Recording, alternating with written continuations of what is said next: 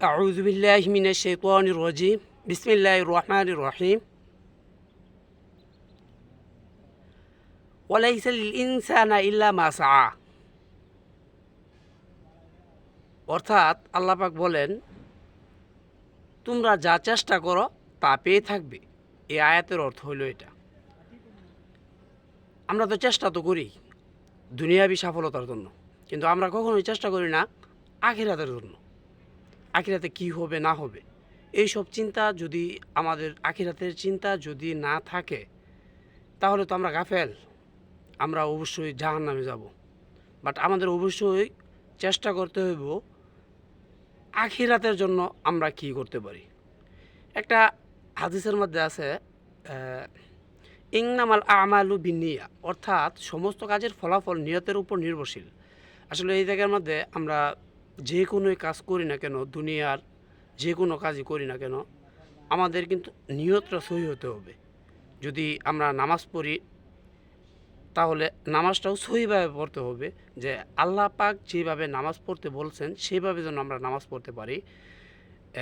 যদি আমরা ভালোভাবে লোক দেখানোর জন্য না পড়ে ভালোভাবে যদি নামাজ পড়ি তাহলে অবশ্যই আমরা খারাপ কাজ থেকে বিরত থাকতে পারবো। যেমন আল্লাহ পাক কোরআনের মধ্যে বলছেন ইন্না সলাতা তানহা আনিল ফাহশাই ওয়াল মুনকার, অর্থাৎ নিশ্চয় নামাজ মানুষকে মন্দ ও খারাপ কাজ থেকে বিরত রাখে। কিন্তু আমরা ভালোভাবে নামাজ পড়ি না বিদায়, লোক দেখানো নামাজ পড়ি বিদায় আমরা নামাজ পড়ার পরেও খারাপ কাজ থেকে বিরত থাকতে পারছি না। কারণ এরকম বহু উদাহরণ আছে, যেমন নামাজ পড়া হইতাছে বাট আমরা সুদ খাওয়া ছাড়তে পারতেছি না। আমরা সমাজের মধ্যে বিভিন্ন খারাপ কাজ করে বেড়াইতেছি, জিনা করতেছি।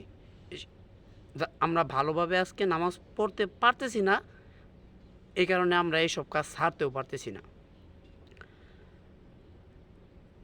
একটা উদাহরণ দিলে আপনারা বুঝতে পারবেন যে আমরা সূরা ফাতিহার মধ্যে পড়ি ইয়াকা না'বুদু ওয়া ইয়াকা নাস্তাঈন, অর্থাৎ আমরা তোমারও ইবাদত করি এবং তোমার ওই কাছে সাহায্য প্রার্থনা করি। আমরা কিন্তু নামাজটা পড়ে আসার পরেই আমরা আবার যে আমাদের এখানে এমপি আছে, মন্ত্রী আছে, প্রধানমন্ত্রী আছে, তাদের কাছে আমরা চাওয়া শুরু করি, সাহায্য চাই, যে হে আল্লাহ আপনার কারণেই তো আমরা বেঁচে আছি। আসলে এইসব কিন্তু ঠিক না। মুমিনরা কখনো আল্লাহ ব্যতীত আর কারো কাছে সাহায্য চায় না। আমাদের এই জিনিসটা মাথায় রাখতে হবে, একমাত্র আল্লাহ আমাদেরকে সাহায্য করবে। আমার যদি আজকে যদি আল্লাহ হয়ে যায় তাহলে কিন্তু আমার কিসের চাকরির দরকার নাই, আমার দালান কোটা তাও দরকার নাই। আল্লাহ যদি আমার সাথে থাকে তাহলে আমার কোনো কিছুর দরকার নাই। আমরা এমন হইছি যে দুনিয়ার ভিতরে এমন চিন্তা আমাদের মনের মধ্যে আসে যে আমাদের পাঁচতলা একটা দালান হইতো, একটা গাড়ি হইতো, সুন্দর একটা বিবি হইতো, এইসব চিন্তায় আমরা মগ্ন। আসলে আমাদের এই বিষয়টা চাওয়ার দরকারই নাই। আল্লাহ থাকলে তো এগুলো তো এমনিতে হইব। আর কেন আমরা শুধু দুনিয়ার পিছনে দৌড় পারবো? আমাদের বুদ্ধিমানের কাজ হবে আমরা নামাজ পড়ব, আল্লাহ যেভাবে চলতে বলছে সেভাবে চলবো, তাহলে আমরা সফলতা পাবো।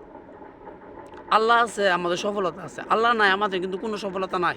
আমাদের কিন্তু মারা যেতেই হবে, আমরা কিন্তু মরবই।